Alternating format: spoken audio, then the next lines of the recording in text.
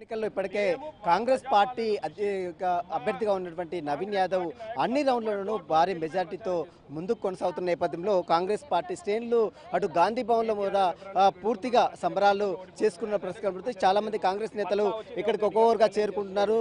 పెద్ద సంఖ్యలో అటు రాష్ట్ర శ్రేణులు ఇక్కడ చేరుకున్న ప్రస్తుతం మనం చూడొచ్చు కాంగ్రెస్ పార్టీ అధికార ప్రతినిధిగా ఉన్నటువంటి రోహన్ రెడ్డి ఇక్కడ వచ్చి మాట్లాడుతున్నారు. ప్రస్తుతం కొన్ని అడిగి జూబ్లీహిల్స్ ఎన్నికలు ఎలా చూస్తారు? మొత్తం మీద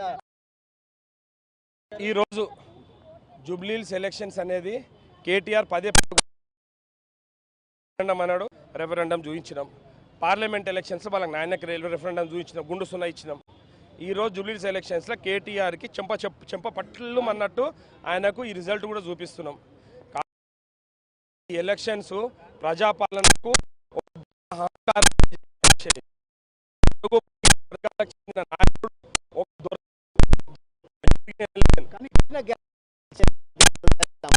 ఇదంతా కూడా కాంగ్రెస్ మొత్తం ఒక తిష్ట వేసి ఇదంతా కూడా అడ్డంగా గెలుపొందనేది బీఆర్ఎస్ మాట చెప్తున్నా. ఒకవేళ మేము 6 గ్యారెంటీలు ఇవ్వకపోతే మా నాయకులు ప్రజాక్షేత్రంలో పోతే ప్రజలు మమ్మల్ని ప్రశ్నించారా?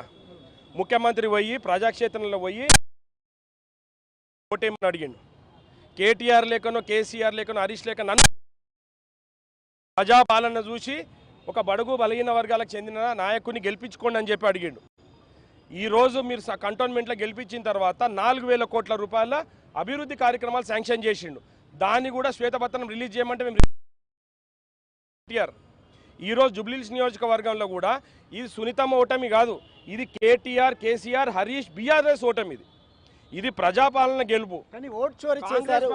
మీరంతా ప్రజాక్షేత్రంలో ఉన్నారు. ఎక్కడైనా కానీ ఓట్ చోరీ చేసినట్టుగా రౌడీజం చేసినట్టు కానీ ప్రజలను ప్రలోభం పెట్టినట్టు కానీ మీకు ఎక్కడ కనిపించిందా? ఇంతమంది మీడియా, ఇంతమంది కెమెరాలు, వాళ్ళ సోషల్ మీడియాలు ఉన్నాయి కదా, మరి సోషల్ మీడియాల వల్ల ఎక్కడ బయట పెట్టిరా? కేటీఆర్ నమ్ముకున్న ఫేక్ సోషల్ మీడియాలు ఫేక్ ఏమైనాయి?